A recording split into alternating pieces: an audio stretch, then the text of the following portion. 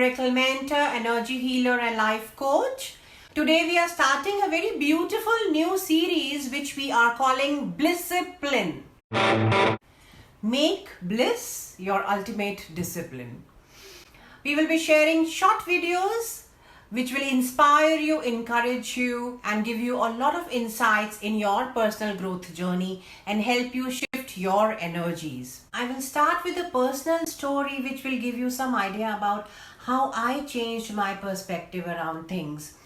I remember back in 2012, I was in an ICU of a hospital in Delhi and my mother had just passed on.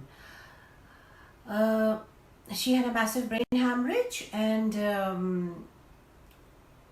I did not allow the staff to take off the ventilator because that was giving me a false notion that she's still breathing and I wanted to talk a lot of things to her. So I was just sitting on her bed and I just put my head on her heart and I was talking my heart out to her.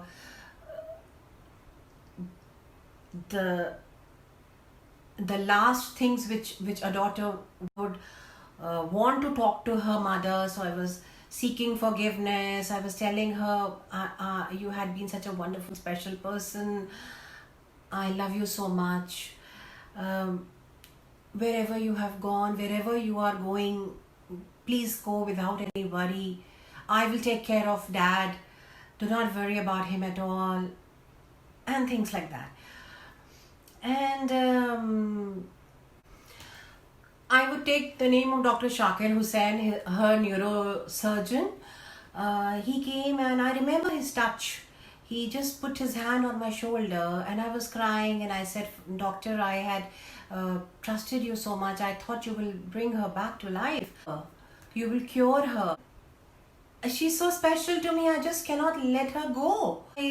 Is there a way I can preserve her?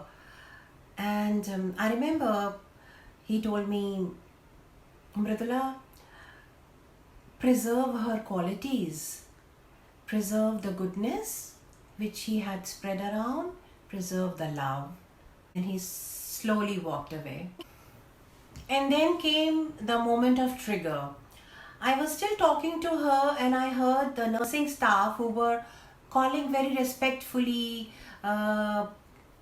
Mrs. Lawrence's vitals are this, her blood pressure is this much, and suddenly I heard them saying, we have to pack the body. And that was a big blow.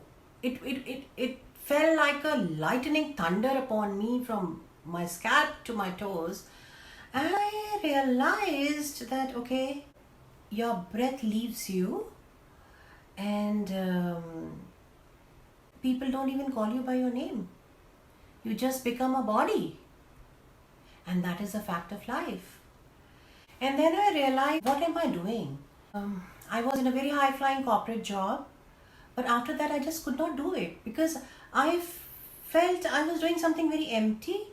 Not to discourage anybody else. I'm just talking about my personal journey. The appraisals, the promotions, the accolades, the awards.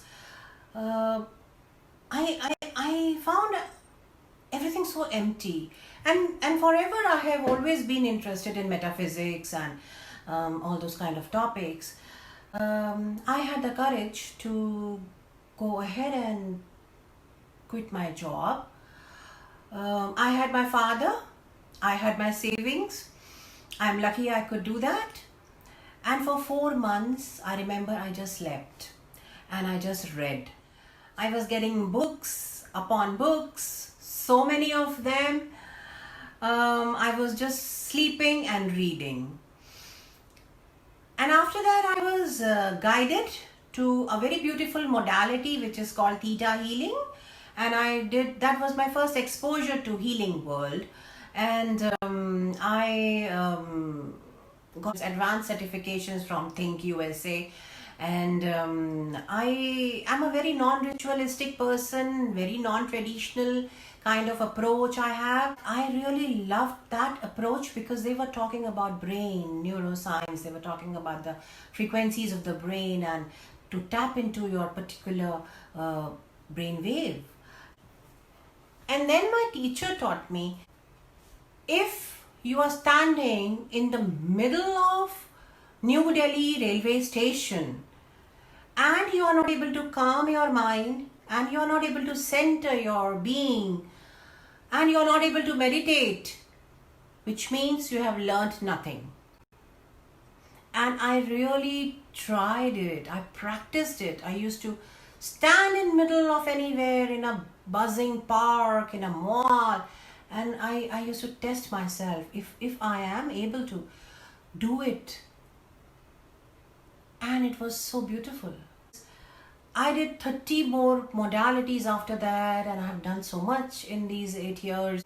But the main lesson I learned from that first course of my life, yes, there is chaos, there is a global chaos going on right now. There will be more chaos in the coming years of different kind. How much are you able to calm yourself amidst the chaos is your power, is your strength. So let us cling to that strength. Meditation does not mean that you sit like a yogi and you go to Himalayas and you stop eating, drinking, or smoking, or watching movies, or you spend hours and hours doing that. Nothing. Just 1 minute, 2 minutes, 3 minutes.